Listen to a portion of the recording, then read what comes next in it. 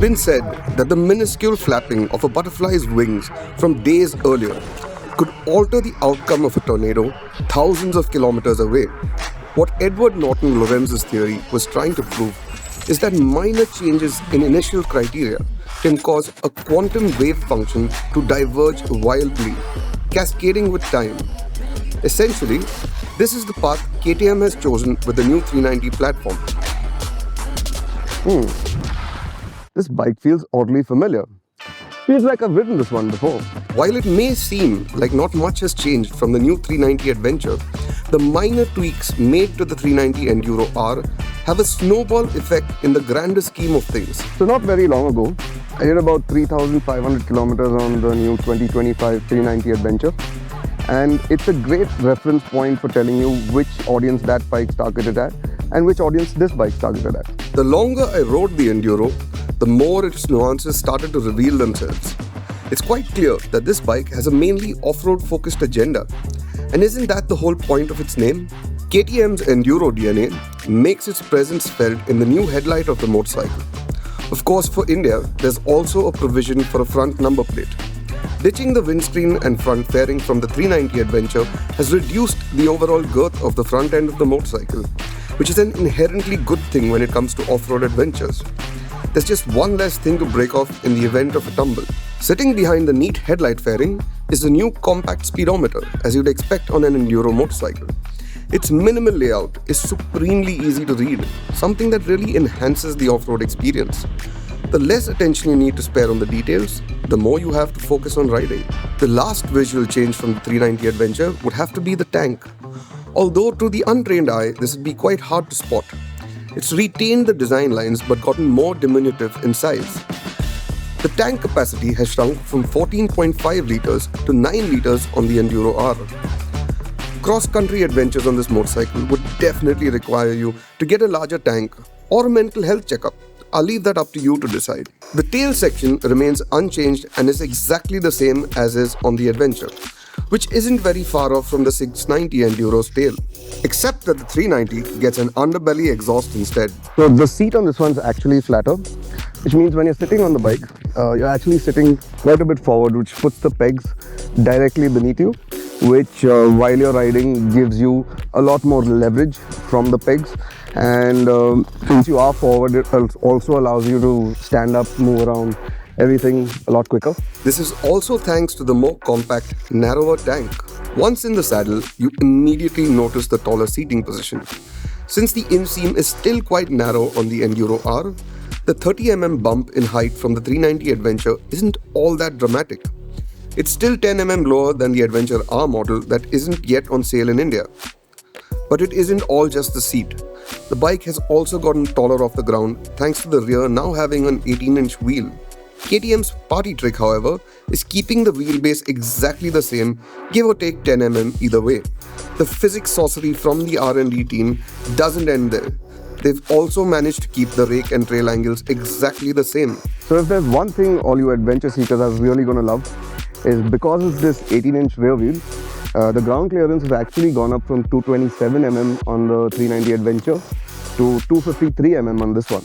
These new foot pegs can also be mechanically repositioned to customize them for better leverage. The stretch to the handlebars, while fairly comfortable and neutral, is also customizable. Aside from coming stock with 25mm risers, the handlebars have now got 3 positions where they can also be moved further forward or back. The customizability of the bars and the pegs are definitely going to be a boon for riders of different statures. For the gizmo nerds out there, the speedometer is quite bare bones compared to the TFT dash on the Adventure. There's even a minimal mode that gives you just the critical information. Navigating through the menu is as easy as chips with the joystick on the left handlebar. So it's even got a charging point, for those of you that get a little too adventurous and maybe get the bike stuck in a tree somewhere, and then at least you've got charge on your phone to make a call home. Gone is the button layout from the Adventure. Given the abusive riding this bike's intended to handle, how long that joystick stays on without snapping off is left to be seen. While the ABS, traction control and quick shifter settings are customizable, just like the Adventure, gone is the rain mode. Now you've got just off-road and street modes. Because who needs sensible power delivery when you're meant to ride this one like a bat out of hell? As with the Adventure, these settings do not revert to the default settings once you switch the motorcycle off, but doing what the Enduro R name suggests will definitely having you switching these electronic aids off at the first chance you get. So for those of you that were wondering, it's a fairly beginner-friendly bike, and it's going to really allow you to get out on those easy trails, get comfortable with the off-road terrain, get comfortable with how this bike behaves, and then push on to the more technical stuff. The feeling you get on this bike once you get moving is a lot edgier than the Adventure. It's clearly got more aggressive ergonomics, and that's what really makes you want to get off the beaten path. While it is quite beginner-friendly to appeal to a wider audience, the bike is also oozing with the potential to pull off gnarlier moves and tackle harder terrain than you normally would. It's gone a level up in off-road capability from the Adventure. And this level 4 off-road competence earns it the R badge in KTM's nomenclature. Now, even though this engine is fairly familiar at this point, it's got a nice wide spread of torque, which is going to really allow you to push yourself and tackle harder terrain than you're normally used to. While the power and torque figures remain the same as the Adventure, the wide spread of both allow you to get into the rev range that you're comfortable with. The Enduro R is up 2 teeth on the rear sprocket and sports 48 teeth instead. The bike is as happy to be cruising down easy trails as it is to be blazing up steep, dry stream beds with loose gravel and rocks.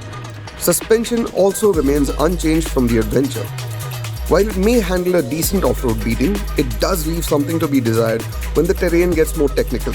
Most owners in India won't be pushing the bike to this level. But for the ones that do, upgrading to more serious hardware should definitely be a consideration. Fiddling around and experimenting with the suspension settings will get the bike to where you like it the most for the terrain at hand. So even though this bike gets the same suspension setup as the 390 Adventure, is actually a little more responsive than the 390 Adventure. Now, we haven't had a chance to ride this bike on-road yet, but off-road, it's just a little twitchier than the 390 Adventure over the bumps. This isn't a deal breaker per se. The bike straightens itself out fairly well too. Weight on the Enduro R is down about 5 kgs from the Adventure to 177 kilos now. But strangely, the center of gravity seems to have shifted higher up on this one. The bike's weight is slightly more noticeable now than it is on the Adventure, despite its smaller size. It gets a new airbox that has been integrated into the new tank and seat design. This allows the engine to sit higher up and increases ground clearance. It's what has allowed the bike to have a more off-road focused rider triangle. The Enduro R comes with Mitas Enduro Trail Plus tires to keep up with its off-road focused agenda. The tires work decently well once you get moving. I didn't get to see what this bike rides like on tarmac much, but for the few stretches that I did get on, things were fairly smooth. So as the saying goes, if it ain't broke, don't fix it.